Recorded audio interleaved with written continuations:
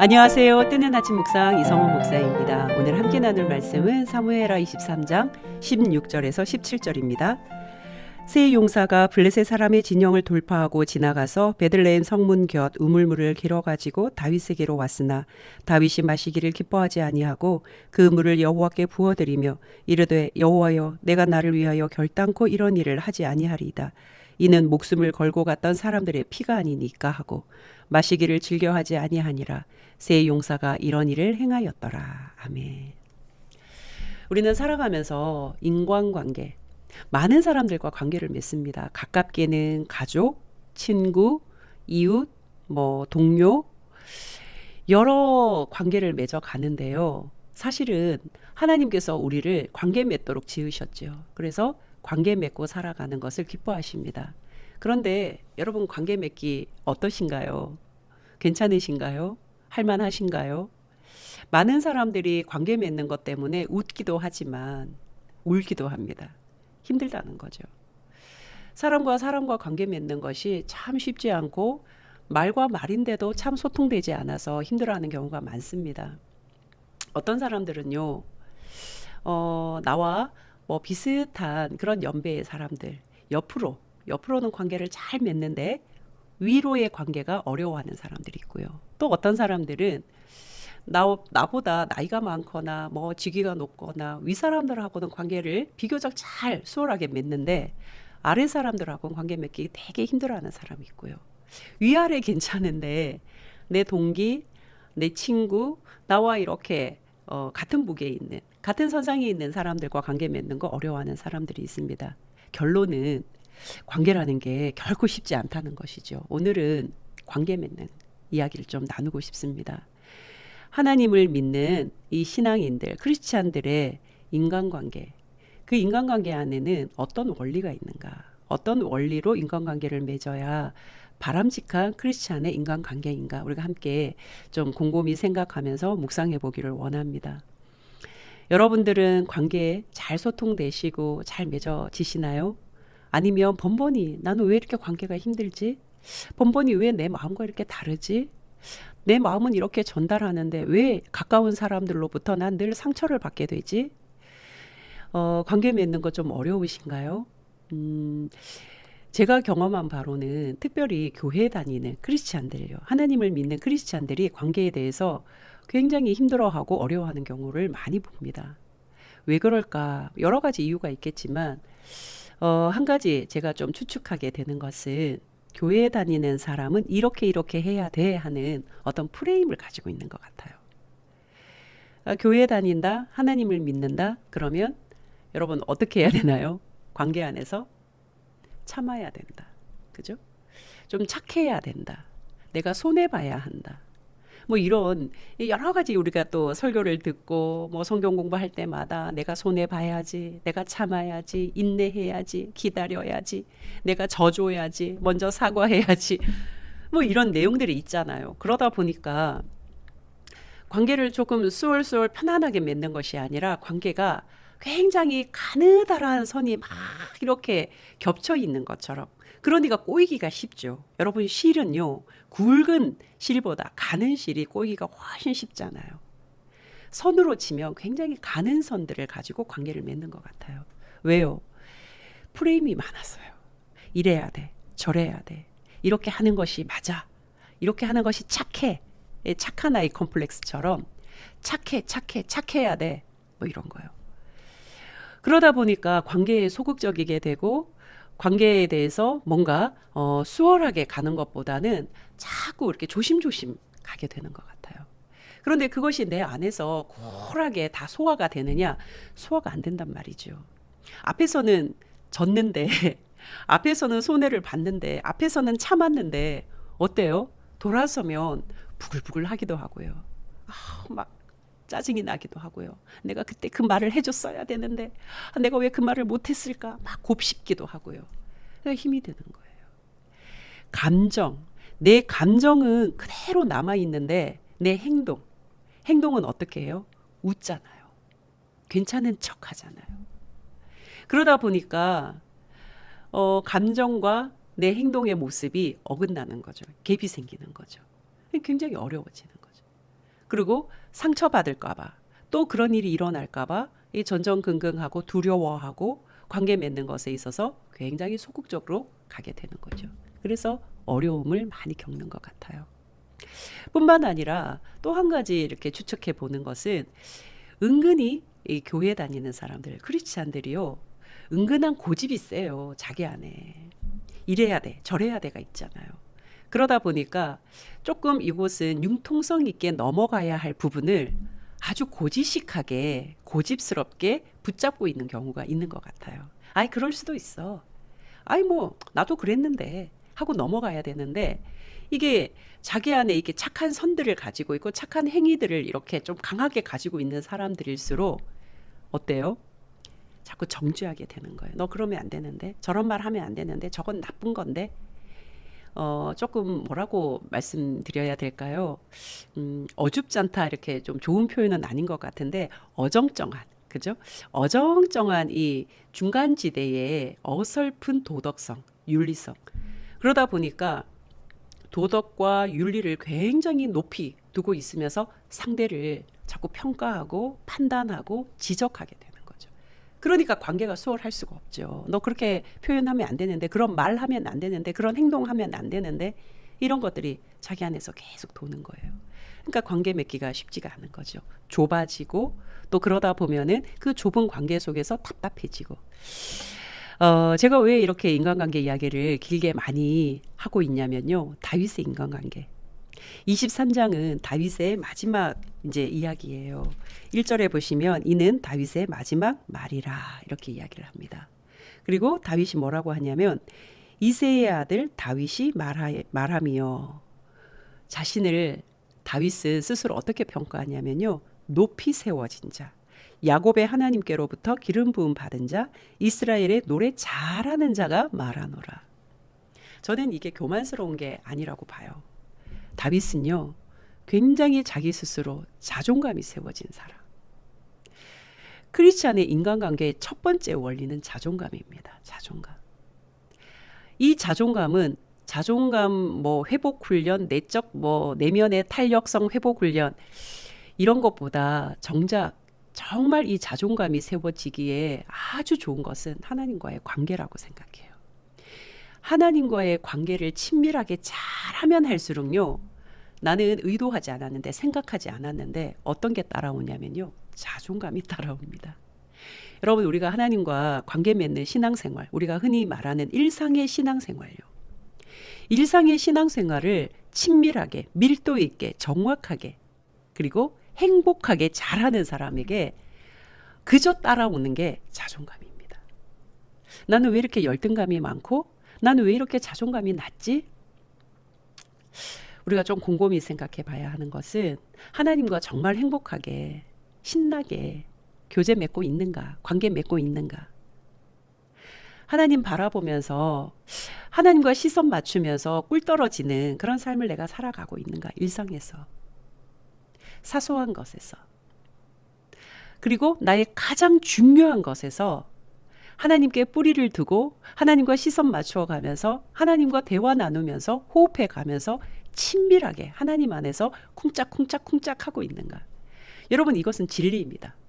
하나님과 쿵짝쿵짝쿵짝 하는 사람은요, 반드시 자존감이 높아집니다. 자존감이 높아질 수밖에 없습니다. 왜 그럴까요? 여러분, 하나님의 수준이 어떤 수준이에요? 사람이 감당할 수 없는 정말 전능자의 수준 아닙니까? 그 하나님과 내가 쿵짝쿵짝쿵짝, 하나님 저 기분 좋은 일이 있어요. 하나님 행복한 일이 있어요. 하나님 감사한 일이 있어요. 하나님 제가 힘든 일이 있어요. 하나님 정말 어려운 일이 있어요. 하나님 이거 어떻게 해야 돼요?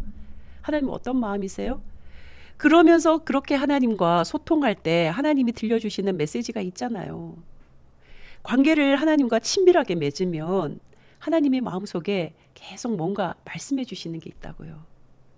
누군가를 만났을 때 그 사람을 통해서 하나님이 전달해 주시는 메시지도 있고, 어떤 사건을 통해서 전달해 주시는 메시지도 있고, 하나님이 얼마나 세밀하신지, 얼마나 순간순간 세밀하게 나에게 말씀하시는지를 느낄 수 있단 말이죠.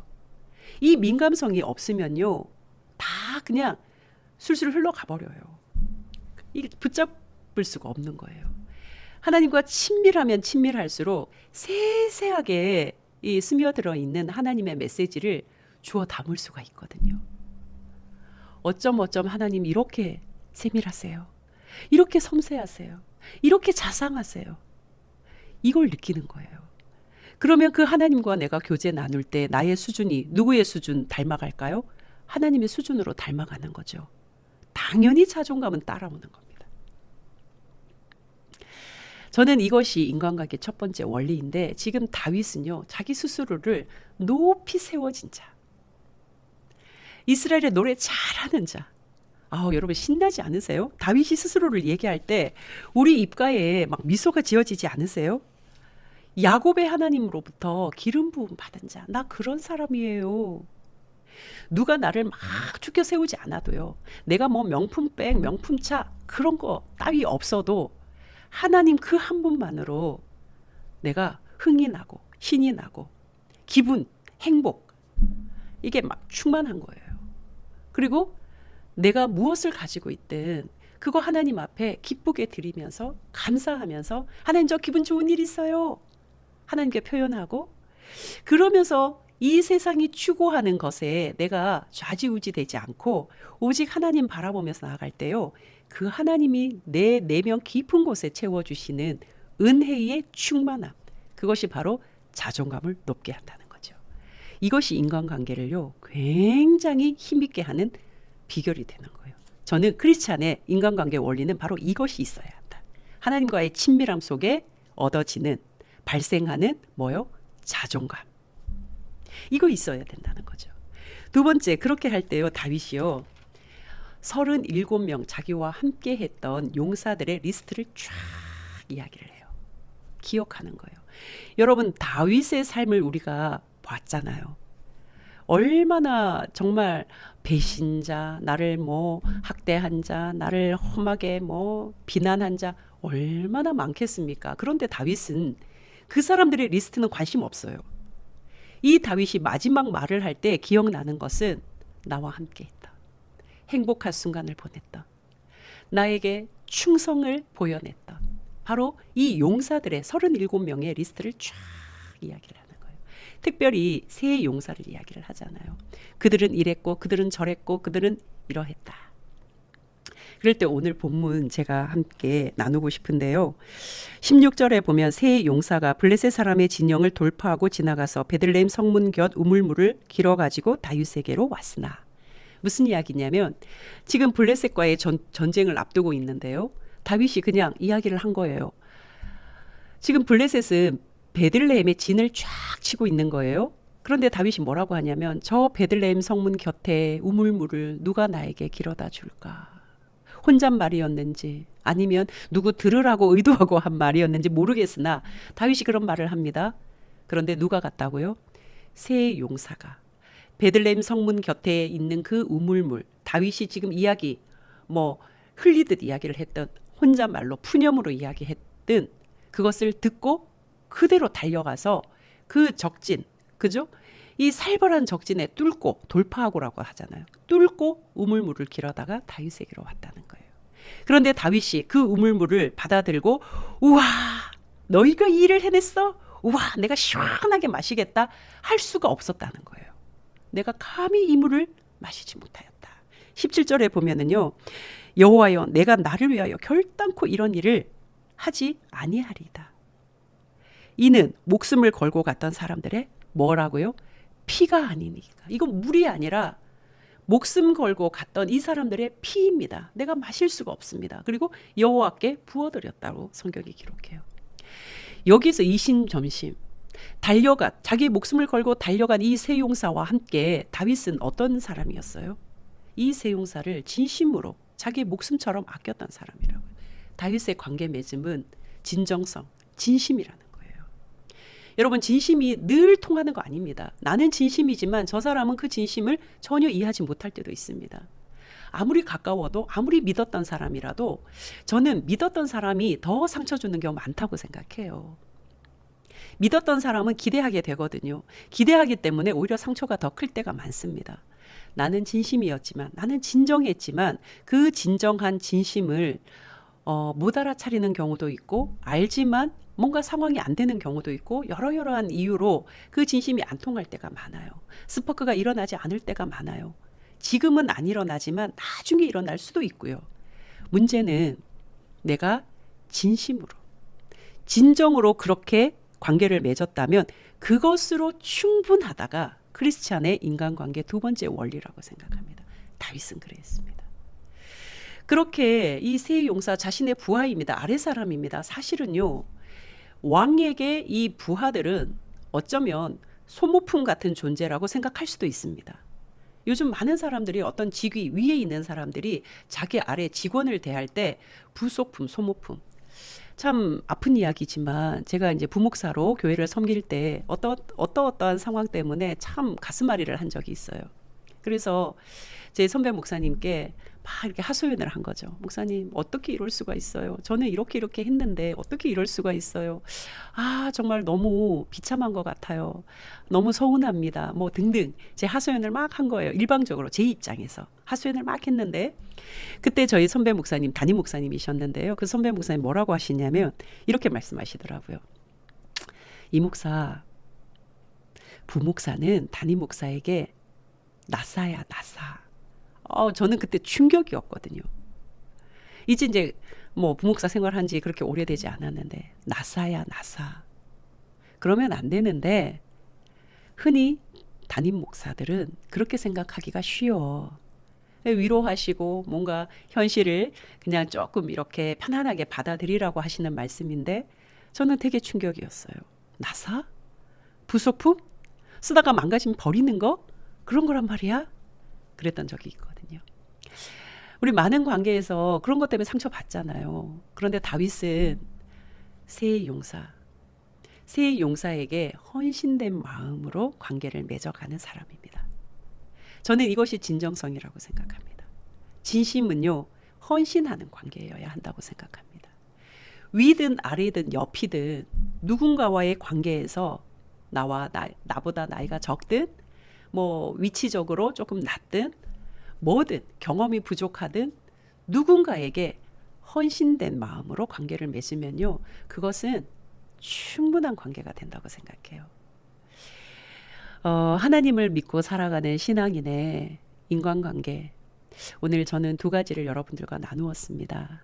자존감, 하나님과 친밀한 관계 속에서 나오는 그 자존감이 잘 장착된 마음으로 인간관계 맺는 거예요. 두 번째 원리는 헌신하는 것, 인간관계예요. 헌신하는 관계. 내가 헌신을 할 때 대가를 기대하면 안 됩니다. 보상을 기대하면 안 되는 거죠.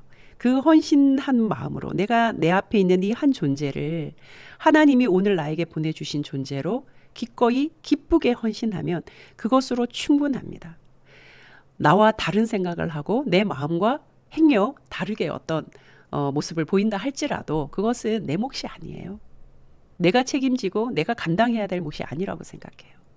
그것은 하나님께서 알아서 해 주실 일. 나는 어떻게 해요? 내 앞에 다가온 한 존재를 하나님께서 오늘 나에게 보내주신 존재로 기꺼이 받아들이고 헌신할 수 있으면 그것으로 충분하다고 생각합니다.